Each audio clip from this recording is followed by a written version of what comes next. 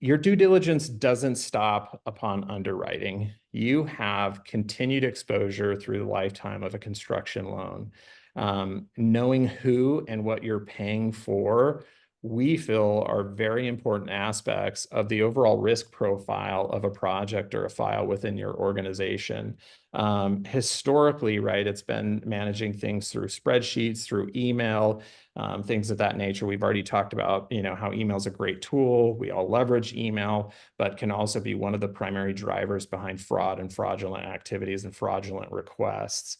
And so, with that being said, fund control is a pretty typical term that we hear, obviously, within the industry. It typically has a negative connotation. We talk to folks in the industry, and pretty commonly we hear it's never really a problem until it's a problem, which I think is an interesting statement to make. If we took the same philosophies on buying insurance and things of that nature, we'd probably end up with some pretty significant losses around those things, or scenarios in which, hey, we really trust our borrowers. We don't want to have to do this to them. But what's great is there are tools and services that are available out there that really automate the entire process from cradle to grave for both the subcontractors, trades, vendors, suppliers, all the way up to the folks performing the draws, the approvals, things of that nature. So, there are opportunities for you to consider within your own organization that not only pre-construction reports and feasibility studies